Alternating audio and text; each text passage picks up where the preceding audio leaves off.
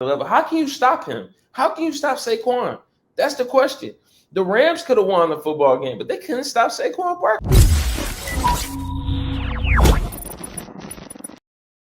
Hey, what's going on, everybody? Your boy JT here. I got Dub here with me. Together we make up in the arena. So let's go ahead and get into it.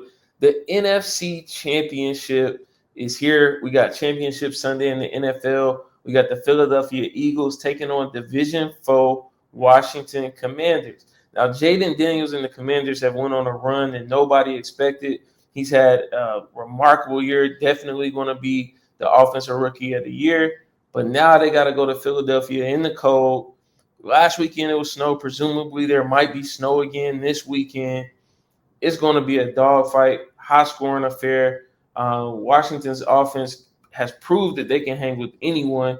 So, Dub, I got to hear from you. Who do you have winning this matchup?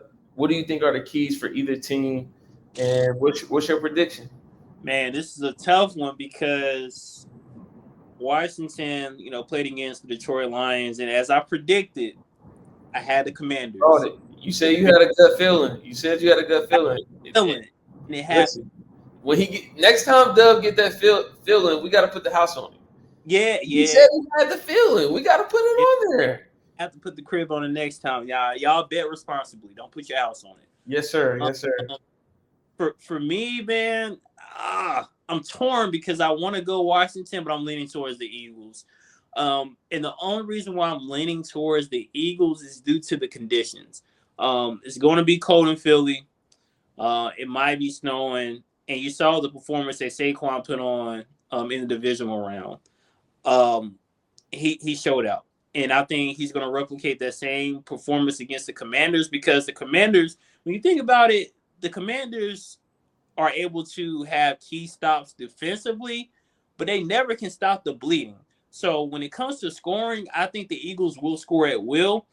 And with Saquon running the ball the way he's running it, is going to open up the passing game for Jalen Hurts. I would like to see Jalen Hurts throw the ball a little bit more to mix it up and provide variety during the game, but if the running game is working, then let's go with the running game. So I got Philly.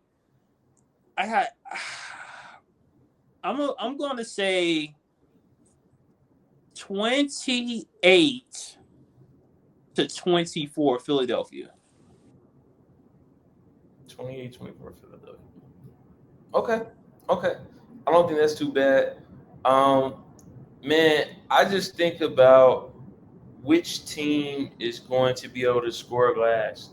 I think while this game seems to some people favor the Eagles on paper, let's face it, right now, from a passing standpoint, the Eagles aren't very much of a threat. I don't think the Commanders have to worry too much about the Eagles running over them through the air.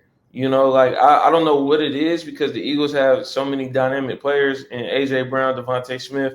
You got Jalen Hurts, throwing the ball. But ultimately, it feels like Jalen Hurts is kind of out of whack. I don't know if it's the late season concussion, but they haven't really been able to put the ball in the air effectively. Now, you do have Saquon Barkley. I think right now, Dub, and me and you're going to have a separate conversation about it. I think we can say that Saquon Barkley is maybe the best running back we've ever seen. We had that conversation briefly the other day, and we gotta go into it on camera, but it's getting to that point. Mm-hmm. It's getting to that point, and we see now what he's doing behind an actual offensive line. We see now what he's doing when you actually have receivers that can offset where teams just can't stack the box too heavy, at least. He could have broke that record. I mean, I don't know why the Eagles sit him because I think it's a historic season if you can both set that rushing record and win the Super Bowl. What a season it is. It's still an amazing season if you win the Super Bowl, but they should have gave him the opportunity to break the record.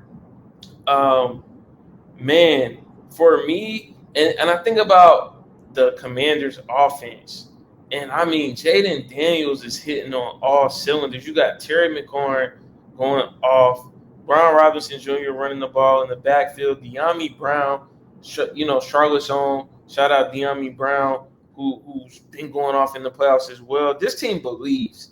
Now, mind you, this team has been on the road. They went to Tampa Bay. They beat Tampa Bay.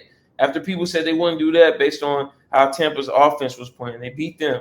They went into Detroit. I didn't think they could go into Detroit and beat them, but Detroit had 16 players on the IR. They were banged up. That defense had nothing left. I mean, it was guys out there, I didn't know who they were on defense. The Commanders overcame that.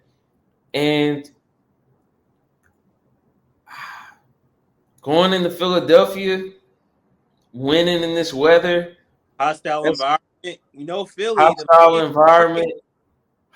environment. It's going to be a legendary win. They already beat the Eagles 36-33 earlier in the season, high-scoring game. I think you should definitely take the over in this game. I think a lot of points are going to be scored. But if I got to pick a winner, I got to go with the Philadelphia Eagles. It's ugly. It ain't pretty, but somehow the tush push is going to come out. Somehow Saquon Barkley is going to go to another level. How can you stop him? How can you stop Saquon? That's the question.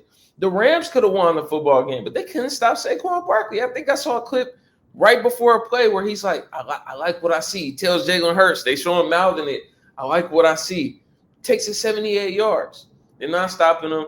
Eagles going to the Super Bowl. I got the Eagles winning this weekend.